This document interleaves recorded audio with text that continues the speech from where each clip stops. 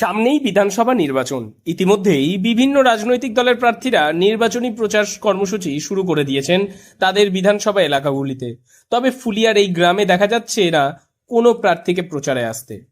তার কারণ ওই বুথেই ৮১ জন ভোটারের নাম গিয়েছে বাদ। সকলকেই দেখাচ্ছে ট্রাইব্যুনাল। এলাকায় শোকের ছায়া।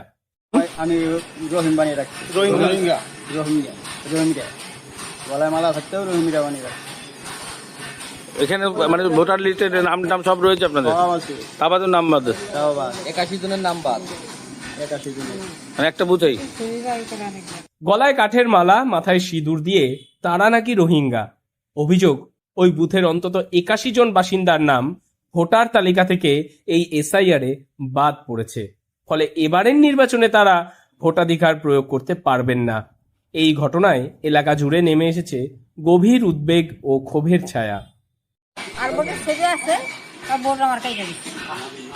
আচ্ছা, ওই 2002 সালে যে নাম যা ছিল ভোটার লিস্টে তখনও ছিল আছে তো, সেটা জমা দিয়েছিলেন তো?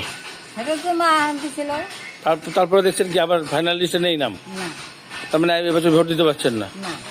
স্থানীয় বাসিন্দারা দাবি করছেন তারা সকলেই সনাতনী হিন্দু এবং দীর্ঘদিন ধরেই এই এলাকায় বসবাস করছেন। প্রত্যেকের বাড়িতে এসআইআর এর ফর্মও পৌঁছেছিল।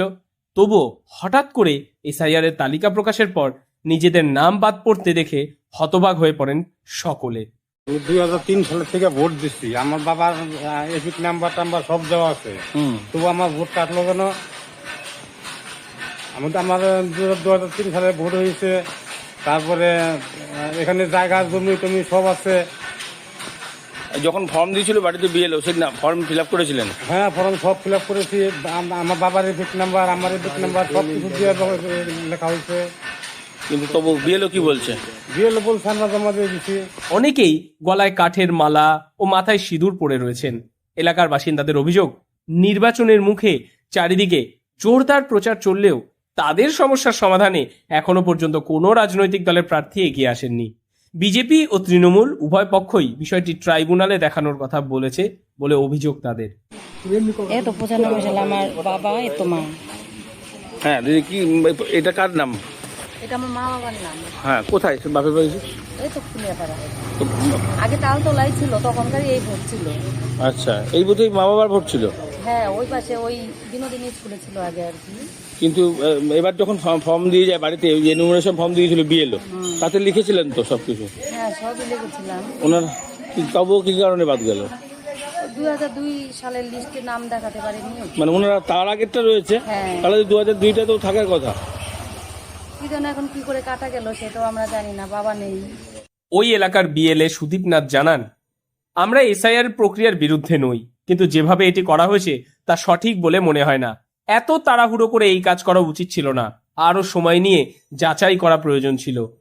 81 জন টোটাল। এটা কোন পঞ্চায়েতে, কোন জায়গা? এটা হচ্ছে নবলা গ্রাম পঞ্চায়েতে 87 নম্বর 43 নম্বর।